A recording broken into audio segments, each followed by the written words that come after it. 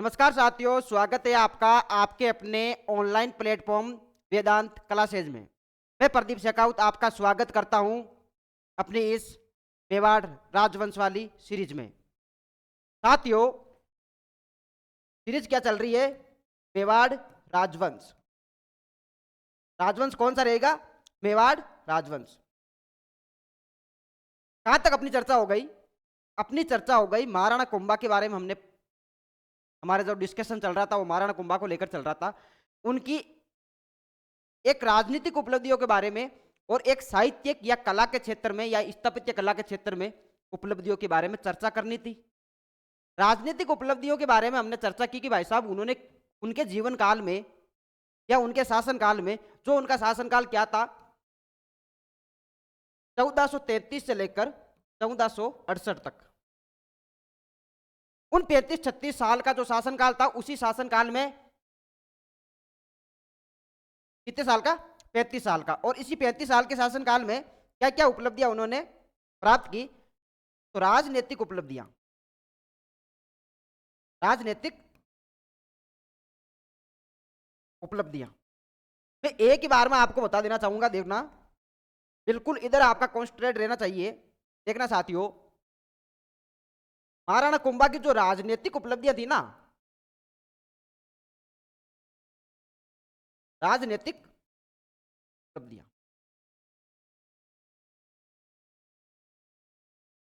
कौन कौन सी प्रमुख राजनीतिक उपलब्धियां थी, कौन कौन सी सन में कौन कौन से युद्ध लड़े, कौन कौन सी फलानी फलानी संधियां हुई थी, कौन कौन के शासक के समकालीन थे ये, और जो युद्ध लड़े गए तो कौन कौन से शासकों से लड़े गए, ये सारी की सारी जितनी भी चर्चा थी अपनी हो गई।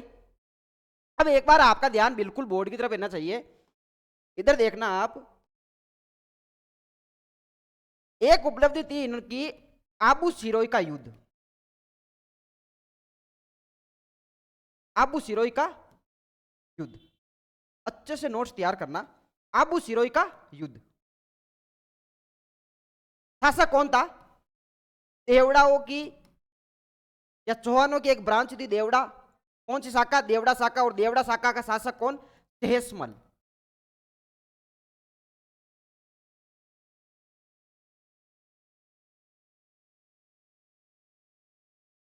कौन सा देवड़ा? शेषमल। इनसे युद्ध होता है। युद्ध के दौरान आबू को और शिरोई का जो युद्ध हुआ उसको जीत लिया जाता है महाराणा कुंभा की तरफ से, की ओर से। और आबू और शिरोई को क्या करते हैं? मेवाड़ में मिला लेते हैं। क्या किया? अपने साम्राज्य के विस्तार किया। ठीक है। दूसरा जो प्रमुख युद्ध हुआ उसका नाम क्या है?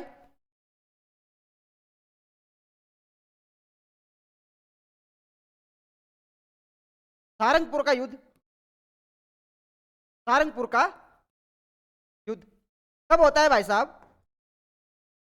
ये हुआ अपने 1433 में। इसी युद्ध के विजय के उपलक्ष्य में युद्ध फतेह कौन करते? राणा कुंभा फतेह कर लेते। और इसी युद्ध की जो विजय के उपलक्ष्य में किसका निर्माण करवाया? विजय स्तंभ का निर्माण करवाया। कहां है ये? चित्तौड़गढ़ में है। इस बात का आपको ध्यान रखना है। क्वेश्चन आएगा कि विजय स्तंभ का निर्माण कौन से शासक ने करवाया? आप बता दोगे, लेकिन किसकी उपलक्ष्य में, कौन सी विजय के उपलक्ष्य में करवाया? जो विजय स्तंभ का निर्माण करवाया गया उसका प्रमुख रीजन क्या था? यह निर्माण होता कब है?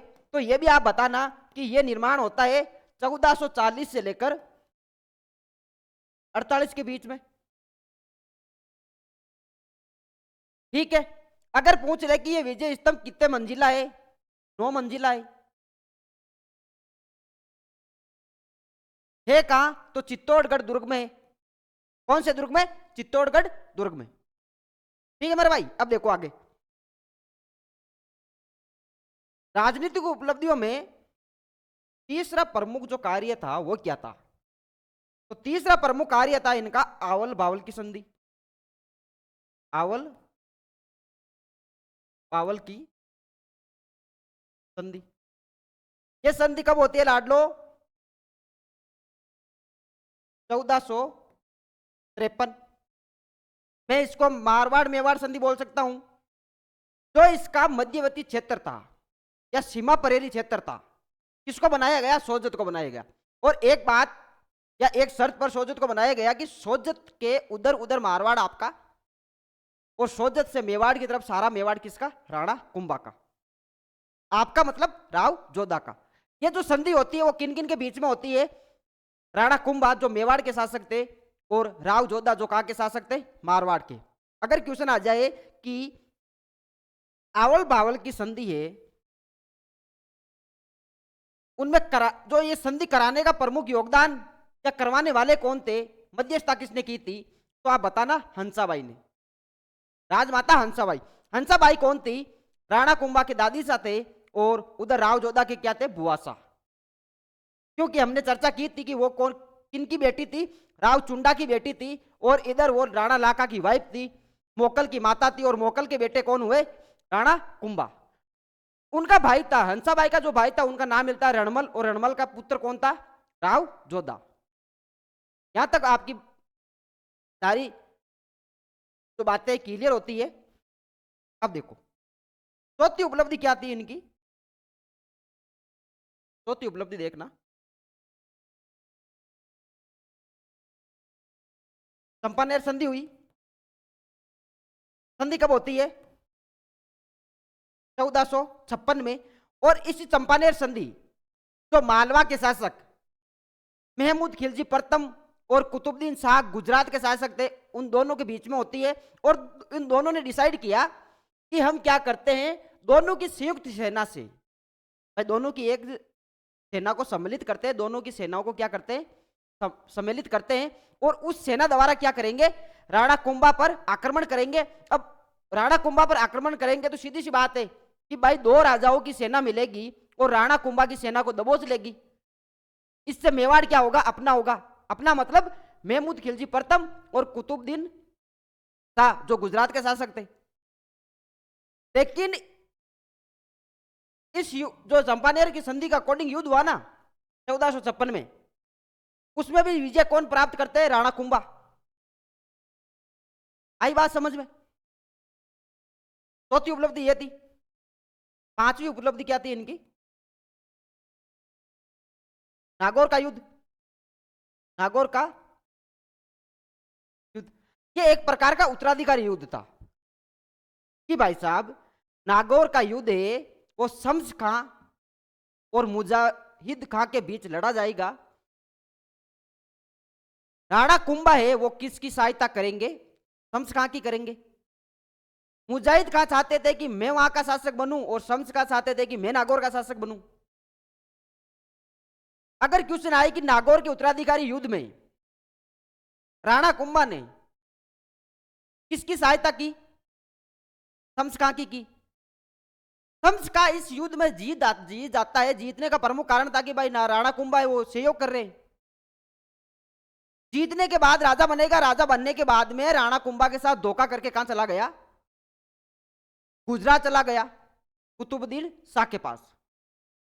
जबकि एक शर्त यह रखी गई थी कि तू कभी धोखा मत करना या पीठ पीछे मेरे धोखा मत करना, किंतु परंतु मत करना। अगर ऐसा कुछ हुआ तो तुझे बख्शा नहीं जाएगा। इस बात का अंदेशा था शम्स खां को, लेकिन यह बोलता है कि यार रात गई बात गई, हम चलते हैं कुतुबुद्दीन शाह के पास। ठीक है भाई साहब। कब होती है ये? 1456। तारीख आप याद करना, बिल्कुल बिल्कुल तारीख याद करना। 5 उपलब्धि। 6वीं और अंतिम जो उपलब्धि थी ना, महत्वपूर्ण उपलब्धि, वो क्या था? बदनौर का युद्ध। किसका युद्ध? बदनौर का। जगह कहां है भाई साहब? बदनौर जगह कहां है? भीलवाड़ा में। युद्ध होगा कब? 1457 में। कब होगा? 1457। ठीक है। बदनौर के युद्ध में राणा कुंभा क्या हो जाते? विजय हो जाते। एक भी युद्ध उन्होंने हारा ही नहीं था। विजय होते ही क्या कर दिया? बदनौर में कुशाल माता मंदिर का निर्माण करवा देते हैं। कुशाल माता मंदिर। क्वेश्चन आएगा कुशाल माता मंदिर के निर्माता कौन थे? राज्य कुछ ही बता देना और बताना क्या है, राणा कुंभा। ठीक है, इन चीजों को जितने भी 5 से 6 इंपॉर्टेंट फैक्ट आपके सामने जो राजनीतिक उपलब्धियों को लेकर लिखे गए हैं, सीधे सीधे क्वेश्चन पुटअप होते हैं यहां से। आबू और जो सिरों का युद्ध हुआ था, इनमें इन शासक का नाम याद रखना है आपको। जीता कौन है? राणा कुंभा। अगर हारेंगे तो वो उनकी उपलब्धि कहां से हुई भाई? उपलब्धियों में तो वही चीजें आती है जो अचीवमेंट किया हुआ है। अचीवमेंट मतलब उपलब्धियां। तो इन्होंने उपलब्धियां क्या क्या प्राप्त की? एक तो आबू सिरोही को जीता, सारंगपुर का युद्ध जीता, आवल बावल की संधि इन्हीं के काल में हुई थी। चंपानेर की संधि के अकॉर्डिंग जो युद्ध होता है उसी को भी जीत जाते हैं। और उसके बाद में नागौर का जो उत्तराधिकारी युद्ध हुआ उसमें शम्स खां की हेल्प करते हैं और अंतिम में जाकर बदनौर का युद्ध होता है। ठीक है, ये इनकी जो उपलब्धियां थी वो थी राजनीतिक उपलब्धियां। यहां तक सारी की सारी डिटेल से अपनी चर्चा हो गई। आज जो क्लास रहेगी वो सीधी सीधी उनकी कला के क्षेत्र में, साहित्य के क्षेत्र में और स्थापत्य कला के क्षेत्र में जो इनका योगदान था, या साहित्य के क्षेत्र में जो इनका योगदान था, उसके बारे में रहेगी। तो बिल्कुल आपको इधर ध्यान देना है।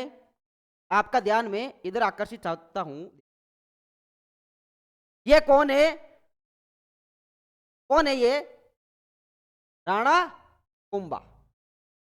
कौन है? राणा कुंभा। कौन है ये? राणा कुंभा। पहले मैं इनकी बात करूंगा उपाधियों को लेकर कि भाई साहब इनकी उपाधियां क्या क्या थी। सीधा सीधा एक क्वेश्चन यहां से निकलता है कि फलानी फलानी उपाधि कौन से शासक की है। अब फलानी फलानी उपाधि अगर आपने पढ़ी नहीं ढंग से तो आप बता पाओगे क्या? नहीं बता पाओगे ना। तो देखो, इनकी बहुत सारी उपाधियां हैं। बहुत सारी उपाधियों में पहली उपाधि इनको क्या कहा गया? हिंदू सुल्तान। हिंदू सुल्तान। अगर क्वेश्चन आ जाए कि परबल राजा की उपाधि किसकी थी, परबल हिंदू राजा की उपाधि किसकी थी, तो आप बता देना। हमने वेदांत क्लासेज में पढ़ा है कि वो जो उपाधि थी परबल हिंदू राजा की, वो किसकी है? राणा हमीर की। किसकी है? राणा हमीर की। यहां पे जो हिंदू सुल्तान की बात चल रही है, किसकी बात चल रही है? हिंदू सुल्तान। हिंदू सुल्तान उपाधि किनकी थी? महाराणा कुंभा की। हिंदू सुल्तान इनको क्यों कहा गया? क्योंकि इन्होंने क्या किया? राजस्थान के जो हिंदू लोग थे या राजपुताने के जो हिंदू लोग थे, उनकी मुस्लिम आक्रांताओं से या मुस्लिम जो आक्रमणकारी थे ना उनसे रक्षा की। इसलिए उनको क्या कहा गया? हिंदू सुल्तान। क्या किया? हिंदू लोगों की, हिंदू लोगों की, हिंदू लोगों की मुस्लिम आक्रांताओं से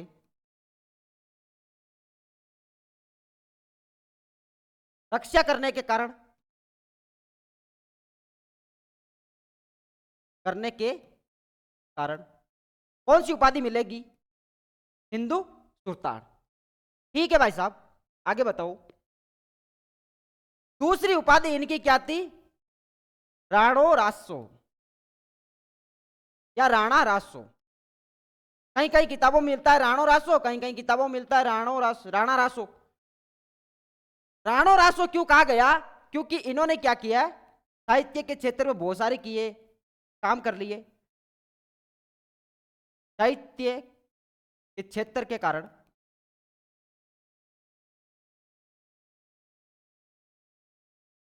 इस बात का आपको विशेष ध्यान रखना है कि राणो रासो क्यों कहा गया। इसके बाद में एक इंपॉर्टेंट इनकी उपाधि मिलती है हाल गुरु। कौन से गुरु? हाल गुरु। ताल गुरु को नहीं, हाल गुरु। हाल गुरु का मतलब क्या होता है? हाल का मतलब क्या होता है? पर्वत या पहाड़। पहाड़ के जो क्षेत्र थे, पहाड़ी क्षेत्रों पर इन्होंने क्या करवाया? अनेक दुर्गों का निर्माण करवाया और अनेक दुर्गों को जीता। अनेक दुर्गों को जीतेंगे तो पहाड़ी क्षेत्र के हैं और उन्हीं पहाड़ी क्षेत्रों पर अनेक दुर्गों का निर्माण करवाया। इस वजह से इनको क्या कहा गया? हाल गुरु कहा गया। कहने का मतलब मैं लिख सकता हूं पहाड़ी दुर्गों के विजेताओं, पहाड़ी दुर्गों के या को विजय करने के कारण, या फिर मैं ऐसे भी इस बात को लिख सकता हूं, इसमें कोई दो राय नहीं होना चाहिए, मैं इस बात को इस प्रकार से भी लिख सकता हूं कि निर्माण भी इन्होंने ही करवाया, निर्माण के कारण। देखो, हिंदू सुल्तान कहने का प्रमुख कारण क्या था, उपाधि हिंदू सुल्तान क्यों थी? क्योंकि हिंदू जो लोग हैं उन लोगों की मुस्लिम आक्रांताओं से क्या करेंगे, रक्षा करेंगे। तो सीधी सीधी बात क्लियर होती है कि भाई हिंदू सुल्तान कह दिया। राणो रासो कहने का प्रमुख कारण क्या है कि साहित्य के क्षेत्र में इनका बहुत विशेष प्रकार का योगदान रहा, बहुत अच्छे तरीके से योगदान रहा इनका, बहुत सारे ग्रंथों की इन्होंने रचना की, बहुत सारे टीकाओं की इन्होंने रचना की। इस कारण इनको क्या कहा गया, साहित्य के क्षेत्र में योगदान होने के कारण राणो रासो कहा गया। तीसरी जो महत्वपूर्ण उपाधि मिलती है वो मिलती है हाल गुरु। हाल का मतलब मैंने बताया पहाड़ से याद रखना है, हाल को याद रखना है पहाड़ से, मतलब पहाड़ी क्षेत्र के दुर्गों को भी जीता और पहाड़ी क्षेत्र पर दुर्गों का निर्माण भी करवाया। इस वजह से क्या कहा गया, हाल गुरु कहा गया। चौथी जो उपाधि मिलती है वो क्या मिलती है इनकी, ताप गुरु। कौन से गुरु, ताप गुरु। ताप का मतलब क्या होता है, ताप का मतलब होता है धनुष। क्या होता है, धनुष। यह क्या था, धनुष विद्या में निपुण थे। अच्छा, धनुर्धारी थे, इसलिए इनको क्या कहा गया, चाप गुरु कहा गया। देखो, हाल गुरु, चाप गुरु, एक इनकी उपाधि मिलती है राजगुरु, क्योंकि इन्होंने इनके क्षेत्र में और इनके शासनकाल में बहुत अच्छे अच्छे काम किए। एक प्रबल जो राजा है, एक प्रबल राजा की तरह 35 साल की जो शासनकाल रहा उसी में बहुत सारे काम किए। इस वजह से इनको क्या कहा गया, राजगुरु कहा गया। राणो रासो कहने का प्रमुख कारण क्या था, साहित्य के क्षेत्र में योगदान होने के कारण। हिंदू सुल्तान कहने का प्रमुख कारण क्या रहा होगा, तो हिंदू लोग है उनके क्या करेंगे, मुस्लिम आक्रांताओं से या मुस्लिम आक्रमणकारी है उनसे रक्षा करेंगे। उसके बाद में राणो रासो की बात अपनी हो गई। हाल गुरु है, मतलब पहाड़ी क्षेत्र के जो दुर्ग है उनको पर विजय भी प्राप्त की और उन दुर्गों पर, और पहाड़ी क्षेत्र में दुर्गों का भी निर्माण करवाया। ठीक है। ताप गुरु मतलब धनुष विद्या में क्या थे, ये निपुण थे। एक अच्छे धनुर्धारी को क्या बोलोगे, चाप गुरु बोलोगे। ठीक है। एक इनकी उपाधि थी राजगुरु। ठीक है। एक इनकी उपाधि थी अभिनव भराताचार्य, तो बहुत ज्यादा इंपॉर्टेंट है, सीधी सीधी पूछ ली जाती है। एक इनकी उपाधि क्या थी, अभिनव भराताचार्य। इसी को नव्य भारत कहा जाता है, नव्य भारत। देखो, अगर क्वेश्चन आएगा अभिनव भराताचार्य या नव्य भारत उपाधि किनकी थी, आप बता देना, राणा कुंभा की थी। यह कौन है, राणा कुंभा। और राणा कुंभा की जो उपाधि थी, सारी की सारी उपाधियां, महत्वपूर्ण जो उपाधियां थी वो ये है आपके सामने, 6 उपाधियां, 6-7 उपाधियां। एक उपाधि में क्या मिलता है, हिंदू सुल्तान। दूसरे में क्या मिला, राणो रासो। तीसरे में क्या मिला, हाल गुरु। चौथे में क्या मिला, चाप गुरु। पांचवें में क्या मिला, राजगुरु। और छठे में क्या मिला, अभिनव भराताचार्य या नव्य भारत। ठीक है साथियों, देखो ये हो गई इनकी उपाधियों को लेकर चर्चा। अब इनकी बात करेंगे हम साहित्य के क्षेत्र में।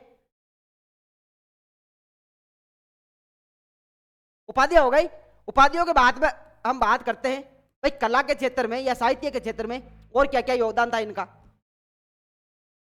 तो देखो, हमारी जो बातें थी वो दुर्ग को लेके हो गई कि कितने दुर्गों का इन्होंने निर्माण करवाया, कौन कौन से दुर्ग इनके शासनकाल में बने थे। ठीक है। आज जो बात रहेगी विशेष वो मंदिरों पर रहेगी कि भाई इन्होंने कौन कौन से मंदिरों का निर्माण करवाया। क्या मंदिर, कौन कौन से मंदिरों का निर्माण करवाया। तो देखो, एक प्रमुख मंदिर है और उसका नाम है कुंभ श्याम मंदिर या कुंभ स्वामी मंदिर। कुंभ स्वामी मंदिर। अगर क्वेश्चन आ जाए कि ये मंदिर कहां है तो आप बता देना 3 जगह ये मंदिर है। कितनी जगह, 3 जगह में ये मंदिर है। ये मंदिर चित्तौड़गढ़ में भी है। कौन से गढ़ में, चित्तौड़गढ़ में। तो क्या ये अचलगढ़ में भी है क्या? जी हाँ, ये अचलगढ़ में भी है। और ये मंदिर कहाँ है? कुंभलगढ़ में भी है। कौन से गढ़ में? कुंभलगढ़ में भी है। कुंभ स्वामी मंदिर का निर्माण किसने करवाया? तो वो करवाते राणा कुंभा। इसी मंदिर को क्या कहा जाता है? विष्णु मंदिर। इसी मंदिर को क्या कहा गया? विष्णु मंदिर। इसका दूसरा नाम मिलता है विष्णु मंदिर। इस बात का भी आपको विशेष ध्यान रखना है कि जो कुंभ स्वामी मंदिर है उसका दूसरा नाम क्या है? तो वो है विष्णु मंदिर। और इस कुंभ स्वामी मंदिर का निर्माण किसने करवाया? 3 दुर्गों में इसका निर्माण करवाया। एक दुर्ग का नाम है चित्तौड़गढ़। चित्तौड़गढ़ का आधुनिक निर्माण किसने करवाया? राणा कुंभा ने करवाया। कुंभलगढ़ का निर्माण किसने करवाया? राणा कुंभा ने करवाया। जिसका शिल्पकार कौन था? मंडन था। ये बातें अपनी हुई। और अचलगढ़ का जो दुर्ग है सिरोही में, उसका निर्माण भी किसने करवाया? राणा कुंभा ने करवाया। और इस अचलगढ़ दुर्ग के अंदर भी क्या है? कुंभ स्वामी मंदिर है। आई बात समझ में? देखो,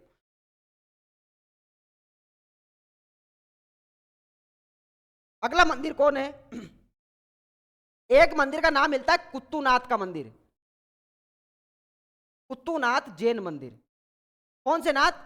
कुत्तूनाथ जैन मंदिर। जैन मंदिर। ये देखो, ये मंदिर है। मंदिर क्या है? मंदिर का नाम क्या है? कुत्तूनाथ जैन मंदिर। कौन सा मंदिर? कुत्तूनाथ कुंतुनाथ जैन मंदिर। जैन मंदिर।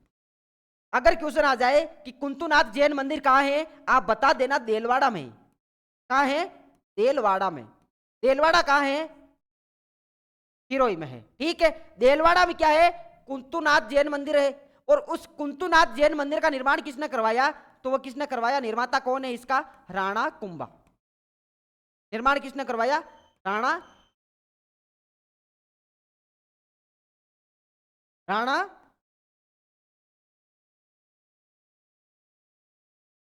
कुंभा ने करवाया। ठीक है, यहां तक बात समझ में आई आपको? किसने करवाया? राणा कुंभा ने करवाया। आई बात समझ में कि जो कुंतुनाथ जैन मंदिर है कहां? तो यह है देलवाड़ा में। कौन सा मंदिर? कुंतुनाथ जैन मंदिर। ठीक है भाई साहब। निर्माण किसने करवाया? निर्माता कौन है? तो राणा कुंभा है। इस बातों का आपको विशेष ध्यान रखना। इंपोर्टेंट ये मंदिर इसलिए बन जाता है क्योंकि बहुत बार क्वेश्चन आया हुआ है। All is well. देखो, अगला मंदिर। इन्हीं के शासन काल में क्या होता है? रणकपुर जैन मंदिर का निर्माण होता है। किसका निर्माण हुआ? देखना, कौन से मंदिर का निर्माण होता है?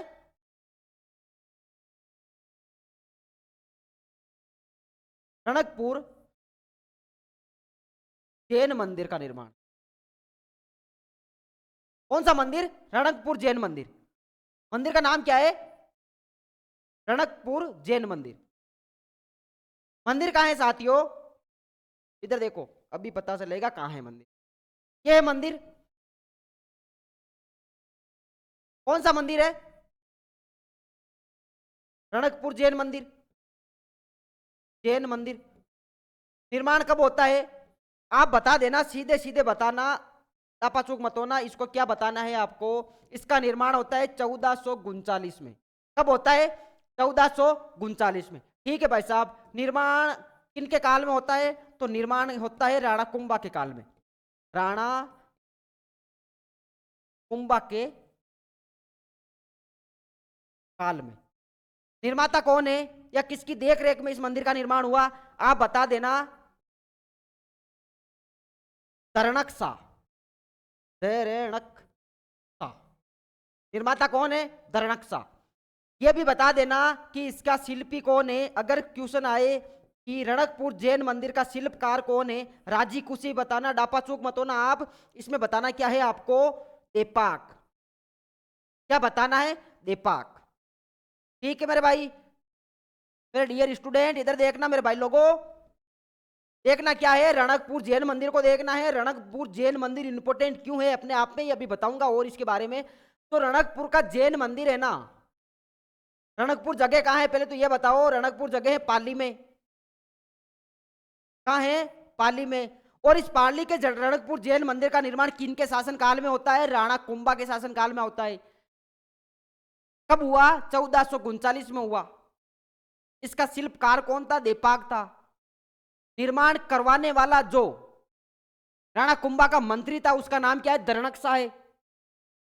कौन सा शाह? दरणक शाह। अगर क्वेश्चन आए कि रणकपुर जैन मंदिर, देखो ये है रणकपुर जैन मंदिर, रणकपुर जैन मंदिर। इस रणकपुर जैन मंदिर में खंबे कितने हैं? तो इसमें खंबे कितने हैं? 1444। इसलिए इसको क्या कहा जाता है? खंबों का अजायबघर। खंबों का अजायबघर। क्वेश्चन आएगा खंबों का अजायबघर किसे कहा जाता है, तो आप बता देना रणकपुर जैन मंदिर को कहा जाता है। वेदांत क्लासेज में सारी बातें बताई गई है।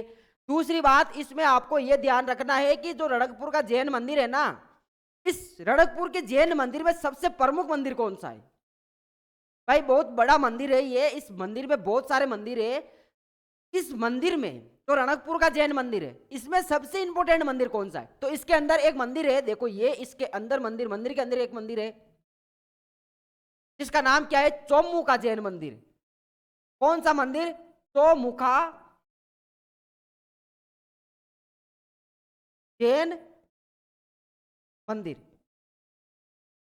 कौन सा मंदिर? चौमुखा जैन मंदिर। सेकंड ग्रेड के पेपर में पूछ लिया गया था कि चौमुखा जैन मंदिर का निर्माता कौन है या शिल्पकार कौन है। देखो जो मंदिर रणकपुर के जैन मंदिर को बनवाएगा, जो वही किसको बनवाएगा? पूरे के पूरे मंदिर का निर्माण करवाएगा, स्ट्रक्चर का निर्माण करवाएगा। निर्माता तो दरणक शाह ही है। अब जो कारीगर रणकपुर के जैन मंदिर को बनाएगा तो स्वाभाविक सी बात है, सीधी सी बात है कि उस मंदिर में कितने भी मंदिर हो उसका निर्माण भी कौन करवाएगा? भाई वही शिल्पकार करवाएगा, वही शिल्पकार की देखरेख में होगा, वही शिल्पकार होगा। तो इस मंदिर का जो शिल्पकार है ना, देखो अगर निर्माता आपको पूछ ले कि निर्माता कौन है, तो आप बता देना राणा कुंभा का जो मंत्री है, मंत्री का नाम क्या है? दरणक शाह। कौन से शाह? दरणक शाह। ठीक है भाई साहब, इसका शिल्पकार कौन है? देखो कौन से कार? शिल्पकार या कारीगर? तो शिल्पकार भी कौन है? देपाक ही है। अगर क्वेश्चन आ जाए कि रणकपुर के जैन मंदिर का निर्माण कब हुआ था, तो आप बता दोगे कि 1439 में हुआ। लेकिन वही अगर आपसे क्रॉस क्वेश्चन कर ले कि चौमुखा जैन मंदिर का निर्माण कब हुआ, तो आप बता देना कि इसी का निर्माण भी 1439 में ही माना गया है। निर्माण काल। ठीक है मेरे लाल मेरे पीले, ये आपको ध्यान रखना है कि भाई साहब रणकपुर के जैन मंदिर को खंबों का अजायबघर कहा जाता है क्योंकि खंबे कितने हैं? 1444 से। इसको क्या कह दिया? खंबों का अजायबघर कह दिया। ठीक है, इस मंदिर, जो ये मंदिर है, मंदिर कौन सा है? रणकपुर का जैन मंदिर है। इस मंदिर के अंदर मंदिर कौन सा है? मंदिर के अंदर मंदिर कौन सा है? चौमुखा मंदिर। और इस चौमुखा मंदिर का जो शिल्पकार है वो कौन है? देपाक है। निर्माण इसका भी कब होता है? 1439 में माना गया है। किसके काल में होता है? राणा कुंभा के काल में होता है। निर्माता कौन था? दरणक शाह था। मंत्री किसका था? कुंभा का था। आई बात समझ में? ये तो हो गया अपना रणकपुर का जैन मंदिर। एक इन्होंने बनाया कुशाल माता का मंदिर। देखो बार बार बताना पड़ेगा क्योंकि कला के क्षेत्र में भी तो इनकी बात होगी। मंदिर कौन सा है? कुशाल माता मंदिर। कुशाल माता मंदिर। मंदिर कहाँ है साथियों? बदनौर में है। कहाँ है मंदिर? बदनौर में। बदनौर जगह कहाँ है? भीलवाड़ा में है। कौन सा वाड़ा? गायों का वाड़ा नहीं, भीलवाड़ा। मंदिर कहाँ है? भीलवाड़ा में। कौन सा मंदिर? रणकपुर का जैन मंदिर। निर्माता कौन है? राणा कुंभा। कौन है निर्माता? राणा कुंभा। किसके उपलक्ष्य में? बदनौर विजय के उपलक्ष्य में। बदनौर विजय के उपलक्ष्य में।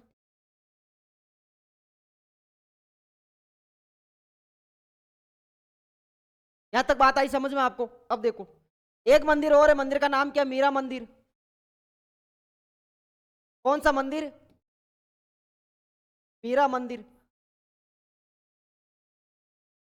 मंदिर कहाँ है? चित्तौड़गढ़ में।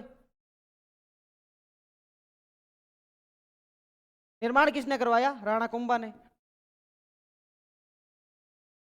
इस बात का भी आपको क्या रखना है, ध्यान रखना है कि भाई साहब मीरा मंदिर है चित्तौड़गढ़ में, उस चित्तौड़गढ़ के मीरा मंदिर का निर्माण किसने करवाया? राणा कुंभा ने करवाया। ये हो गई इनके द्वारा स्थापत्य क्षेत्र में मंदिरों का निर्माण, किलों का निर्माण हमने पढ़ लिया, इनकी उपाधियों के बारे में पढ़ लिया। अब हम बात करेंगे कि साहित्य के क्षेत्र में योगदान क्या क्या था भाई साहब का। देखो, बात करेंगे साहित्य के क्षेत्र में। साहित्य के क्षेत्र में उपलब्धियां, या फिर मैं इसको योगदान बोल सकता हूं, योगदान है तभी तो आज हम पढ़ रहे हैं। उपलब्धियां, कौन कौन सी उपलब्धियां साहित्य के क्षेत्र में थी? तो देखो, राणा कुंभा को क्या कहा गया? संगीतज्ञ कहा गया। क्या कहा गया? संगीतज्ञ कहा गया। संगीत में क्या थे? निपुण थे। संगीत में क्या थे? निपुण थे। देखो, राणा कुंभा को क्या कहा गया? अच्छे से नोट्स तैयार करना। देखो, राणा कुंभा, राणा कुंभा संगीत के क्षेत्र में, संगीत के क्षेत्र में निपुण थे। निपुण थे कहने का मतलब गाना बजाना इनको आता था। ठीक, अच्छी अच्छी लिरिक्स ये निकाल लेते थे, अच्छे अच्छे गाने इनके द्वारा गाए गए, इसलिए इनको क्या बोल दिया गया? संगीत के क्षेत्र में क्या थे? ये निपुण थे। अगर पूछ ले कि इनके संगीत गुरु का नाम क्या है, पूछ ले कि राणा कुंभा के संगीत गुरु का नाम क्या है, संगीत गुरु कौन थे या उनका नाम क्या मिलता है, आप राजी खुशी बताना उनका नाम क्या है? सारंग व्यास। कौन से व्यास? सारंग व्यास। यहां तक बात आपको समझ में आई कि साहित्य के क्षेत्र में हम क्या पढ़ रहे हैं? राणा कुंभा की उपलब्धियां पढ़ रहे हैं। ये क्या थे? तो संगीत के क्षेत्र या संगीत के क्षेत्र में क्या थे? निपुण थे। या फिर मैं इस बात को ऐसे बोल सकता हूं कि क्या थे? ये एक अच्छे संगीतज्ञ थे। क्या थे? अच्छे संगीतज्ञ थे। देखो इधर देखो, अब संगीतज्ञ होगा कौन? जो जानेगा, संगीत को जानेगा, उन्हें क्या बोलेंगे? संगीतज्ञ बोलेंगे। तो मैंने यहां क्या लिख दिया कि संगीत के क्षेत्र में क्या थे? निपुण थे। इनके संगीत गुरु का नाम क्या है? तो आप राजी खुशी बताना कि इनके संगीत गुरु का नाम क्या है? सारंग व्यास। ठीक है ना? देखो,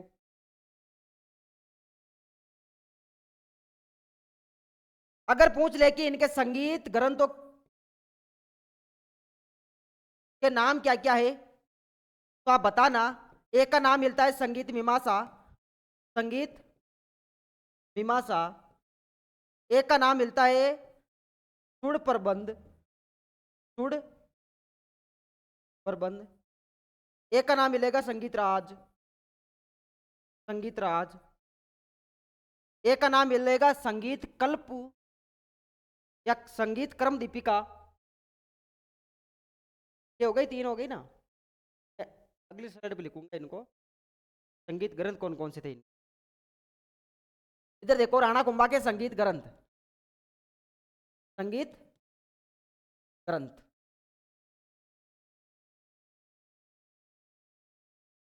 एक का नाम क्या मिलता है? संगीत मीमांसा, संगीत मीमांसा। एक का नाम मिलता है संगीत राज, संगीत राज। एक का नाम मिलता है सुर प्रबंध। आई बात समझ में? अब होए इनके अन्य ग्रंथ कौन कौन से या अन्य साहित्य कौन कौन से? तो देखो, एक का नाम मिलता है कामराज रतिसार। कौन सा राज? रतिसार, कामराज रतिसार। ठीक है। एक मिलता है हरिवार्तिका, हरिवार्तिका। यहीं पे एक मिला संगीत क्रम दीपिका, संगीत क्रम दीपिका। ये क्या है? इनके संगीत के क्षेत्र में ग्रंथ और अन्य ग्रंथ कौन कौन से? कामराज रतिसार और हरिवार्तिका। ठीक है, देखो ये हो गए इनके साहित्य के क्षेत्र में योगदान क्या क्या था इनका।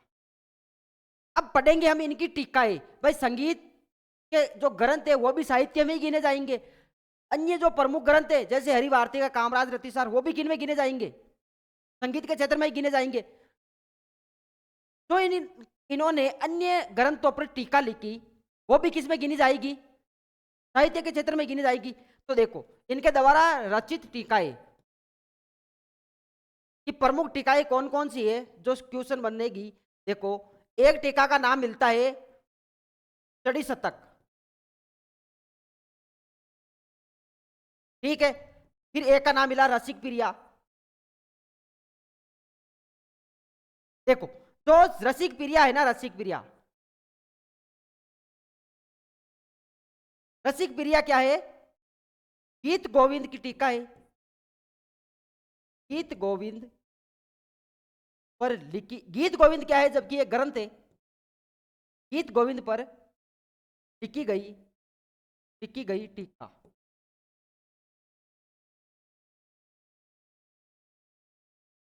गीत गोविंद पर लिखी गई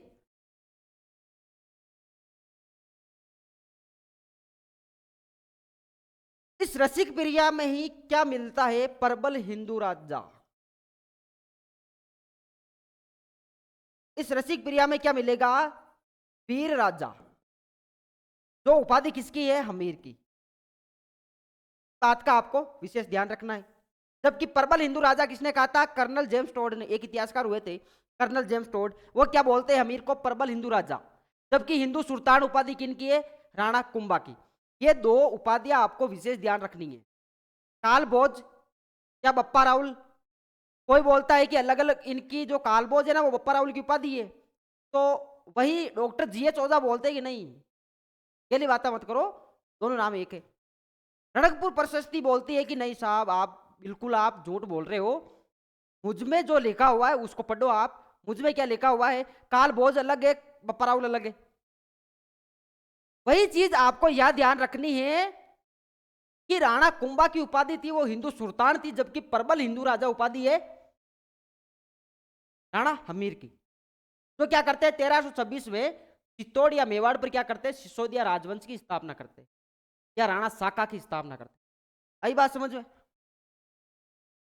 चड़ी शतक और रसिक प्रिया क्या है, इनकी टीकाई, इनकी राणा कुंभा की। अब देखो राणा कुंभा के दरबार में विद्वान कौन कौन से थे, तो मैं इसको लिख सकता हूं दरबारी विद्वान, दरबारी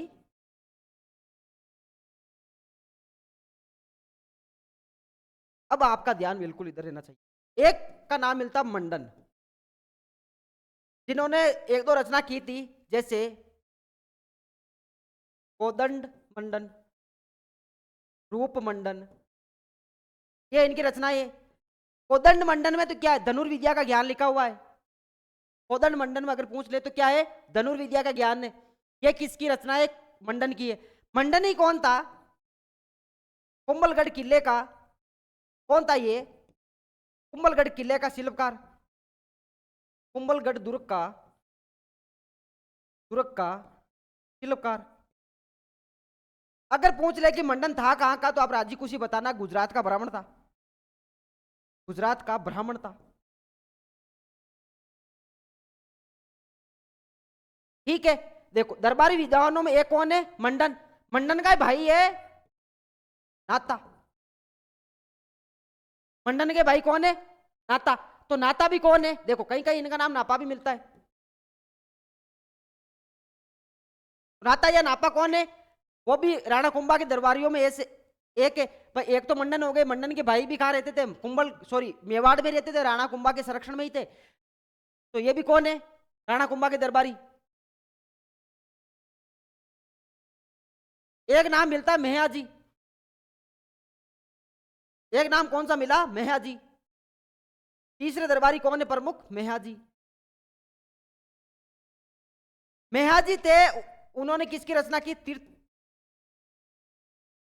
राज की रचना की। ग्रंथ का नाम क्या है, तीर्थराज। और तीर्थराज में क्या है, जो तीर्थराज ग्रंथ है उस ग्रंथ में क्या है, 120 तीर्थों का वर्णन, 1 120 तीर्थ स्थलों या तीर्थों का वर्णन। अगर क्वेश्चन आए कि भाई तीर्थ राज्य में क्या है, तो सीधी सीधी बात है कि 120, अगर संख्या याद नहीं रहे तो क्या है संख्या 120, तीर्थों का क्या होगा, वर्णन होगा। वर्णन करने वाला कौन था, मेहाजी था, तोता। नाम मिलता है कहना व्यास। कौन से व्यास, कहना व्यास। कहना व्यास ये कौन थे, अगर क्वेश्चन आए कि राणा कुंभा के प्रमुख दरबारियों में से एक कौन थे, तो आप बता देना राजी खुशी कहना व्यास थे। क्यों थे, क्योंकि इन्होंने किसकी रचना की, इन्होंने रचना की एक लिंग महात्म्य की रचना की। ठीक है, इधर देखना आप कहना व्यास के बारे में। कहना व्यास क्या करेंगे, ये करेंगे, किसकी रचना करेंगे, इनकी रचना ये कौन कौन सी है। इन्होंने रचना की एक लिंग, एक ग्रंथ है एक लिंग महात्म्य, एक लिंग महात्म्य। और एक लिंग महात्म्य में ग्रंथ के रचयिता कौन है, तो आप बता देना कान्हा व्यास से। इस एक लिंग महात्म्य का जो पहला भाग है ना, पहला भाग उसका नाम क्या है, राजवर्णन। क्या नाम है, राजवर्णन। अगर क्वेश्चन आए कि राजवर्णन किस ग्रंथ का एक भाग है, आप बताना कि एकलिंग महात्म्य का है। या इस प्रकार से क्वेश्चन आए कि एकलिंग महात्म्य का पहला भाग कौन सा है, तो भी बता देना कि भाई राजवर्णन है। ये जो राजवर्णन है इसकी रचना किसने की, ये इंपॉर्टेंट है। इधर देखो राजवर्णन क्या है, किसका पहला भाग, एकलिंग महात्म्य का पहला भाग। रचना किसने की, लिखना स्टार्ट किसने किया, पेट के फुर्सत में राणा कुंभा ने। राणा कुंभा ने रचना किसने की, राणा कुंभा ने। इस बात का आपको क्या रखना है, विशेष ध्यान रखना है। ये तो हो गए इनके 4 से 5 जो नाम मिले, जैसे मंडन मिला, मंडन का भाई नाता या नापा मिला। उसके बाद में मेहाजी मिले, मेहाजी के बाद में एक नाम मिलता है कान्हा व्यास का। ये कौन थे, इनके दरबारी इतिहासकार या दरबारी विद्वान, तो कौन है, कान्हा व्यास वगैरह। ठीक है, अब देखो इन्होंने क्या किया था, जैन विद्वान थे ना, उनको भी संरक्षण दिया था। क्या किया था, जैन विद्वानों को संरक्षण। तो इनके दरबार में जैन विद्वान भी होंगे। कौन होंगे, जैन विद्वान। जैन विद्वान कौन कौन से, एक का नाम मिलता है जयशेखर, जयशेखर।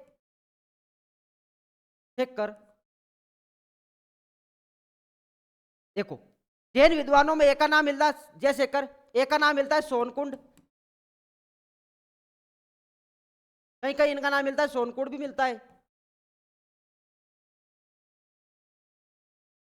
देखो वापस देखना, एक का नाम क्या मिला, जयशेखर।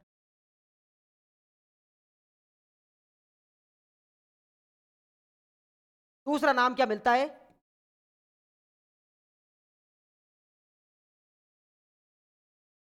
ठीक है। ये थे इनके जैन विद्वान जिनको इन्होंने क्या दिया, संरक्षण दिया। अब राणा कुंभा की जो मृत्यु होती है ना, वो मृत्यु होती है 1468 में। भाई इन्होंने बहुत सारे युद्ध जीते, कला के क्षेत्र में मंदिर कौन कौन से बनवाई है ये हमने चर्चा की। एक बनाया कुंभस्वामी मंदिर जो 3 जगह में है, चित्तौड़गढ़ में है, चित्तौड़गढ़ के बाद में अचलगढ़ दुर्ग में भी है, कुंभलगढ़ दुर्ग में भी है। मीरा मंदिर बनवाया, कुशाल माता मंदिर बनवाते हैं, श्रृंगार चौरी जिनको शांतिनाथ मंदिर कहा जाया, सॉरी शांतिनाथ जैन मंदिर कहा गया, वो भी अपनी चर्चा हुई थी। और उसके बाद में भाई कला के क्षेत्र में, साहित्य के क्षेत्र में उनका योगदान क्या था, तो कला के क्षेत्र का देखा, साहित्य के क्षेत्र में संगीत मीमांसा जैसी इनकी क्या थी, रचनाएं थी, संगीत के क्षेत्र में हुई थी। कामराज रतिसार जैसी इनकी रचनाएं थी, सुर प्रबंध जैसी इनकी रचनाएं थी। उसके बाद में हमने देखा कि भाई इनके दरबार में विद्वान कौन कौन हुए, तो विद्वानों में कान्हा व्यास बहुत इंपॉर्टेंट है। कान्हा व्यास इंपॉर्टेंट इसलिए बन जाता है, देखो इधर, कान्हा व्यास इंपॉर्टेंट इसलिए बन जाता है क्योंकि इन्होंने एकलिंग महात्म्य की रचना की। एकलिंग महात्म्य की रचना तो की ठीक है, उसका पहला भाग किस नाम से, राजवर्णन नाम से। और इस राज वर्णन की जो रचना करने वाले थे वो खुद कौन थे? राणा कुंभा थे। इसके बाद में ये क्या करते हैं, बहुत सारे जैन विद्वानों को भी संरक्षण देते हैं, जिनमें इंपोर्टेंट 2 से 3 नाम मिलते हैं, जैसे कि एक जयशेखर हो गए, एक सोनकुण हो गए। ये भी कौन थे? जैन विद्वान थे। जो कहाँ रहते थे? राणा कुंभा के दरबार में रहते थे। या उनको संरक्षण किसने दिया? उनको रखा किसने? पाला पोसा किसने? भाई खाना वाना खिलाएंगे, वो पालना पोसना ही हो गया, उनका ध्यान रखना पालना पोसना ही हो गया। तो किसने रखा? राणा कुंभा ने। इन 4-5 बातों का विशेष ध्यान रखना। के बाद में हमने एक चर्चा ये की,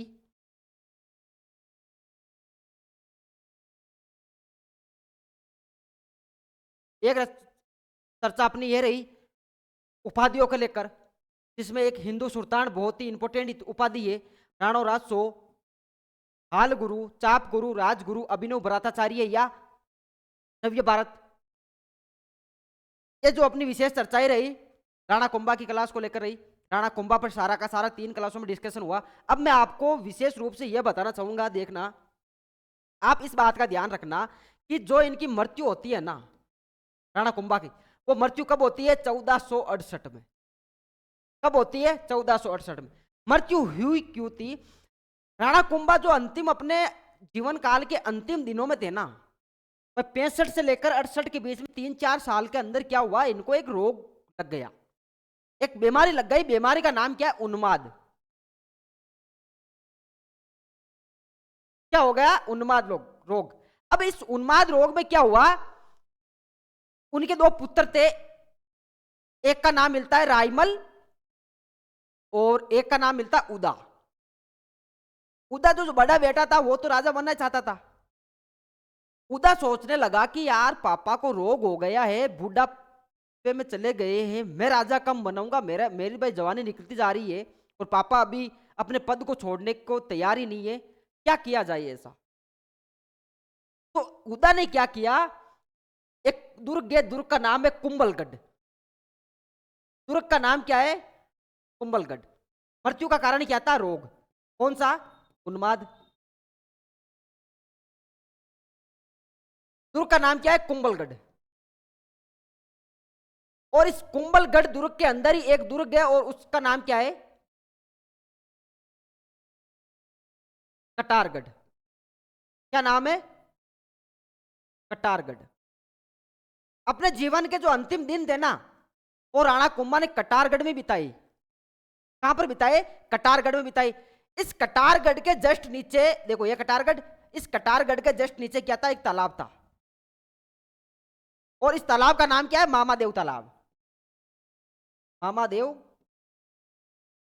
तालाब। ठीक है। कटारगढ़ में अंतिम दिन बिताते हैं और कटारगढ़ के झरोखे में बैठे थे। एक दिन क्या होता है, उदा मौका देखकर राणा कुंभा की क्या कर देता है? मामादेव में धक्का देकर हत्या कर देता है। जो मामादेव तालाब है उसमें धक्का दे देगा। धक्का देने के बाद में क्या होगी? हत्या होगी, भाई मर जाएंगे। इस प्रकार से क्या होती है? राणा कुंभा की हत्या होती है। क्या हुई? हत्या। कब होती है? 1468 में। रोग कौन सा लगा हुआ था? उन्माद रोग। हत्या करने वाला कौन था? देखो, हत्यारा कौन हुआ? तो था कौन? राणा कुंभा का पुत्र, राणा कुंभा का बेटा था। अब इस राणा कुंभा को इतिहास में क्या कहा गया, इस बात का आपको ध्यान रखना है। इनको कहा गया है मेवाड़ का पितृहंता। मेवाड़ का पितृहंता। पितृ मतलब पापा या पिता। पिता की हत्या करने वाला क्या कहलाएगा? पितृहंता कहलाएगा। भाई की हत्या करने वाला क्या कहलाएगा? भ्रातृहंता कहलाएगा। मेवाड़ का पितृ हंता। इस बात का आपको क्या रखना है? यस, ध्यान रखना है। ठीक है। अब देखो, राणा कुंभा को लेकर अपनी सारी की सारी चर्चाएं हो गई। अब जो अपनी अगली चर्चाएं रहेगी ना, वो रहेगी राणा उद्दा पर। किस पर? राणा उद्दा पर। तो मैं आपसे यही कहना चाहूंगा कि ये सारे के सारे फैक्ट आपको अच्छे से उतारने, अच्छे से इनका रिवीजन करना है। राणा कुंभा अपने आप में बहुत ज्यादा इंपॉर्टेंट है। हमने पहले ही चर्चा की थी कि 35 साल के शासनकाल में 3500 से ऊपर इंपॉर्टेंट काम करके चले गए। ठीक है। अब जो अपनी अगली क्लास रहेगी वो किन को लेकर रहेगी? हत्यारे को लेकर। हत्यारे का नाम क्या मिला? राणा उद्दा। ठीक है। अब हम मिलेंगे अगली क्लास में। धन्यवाद।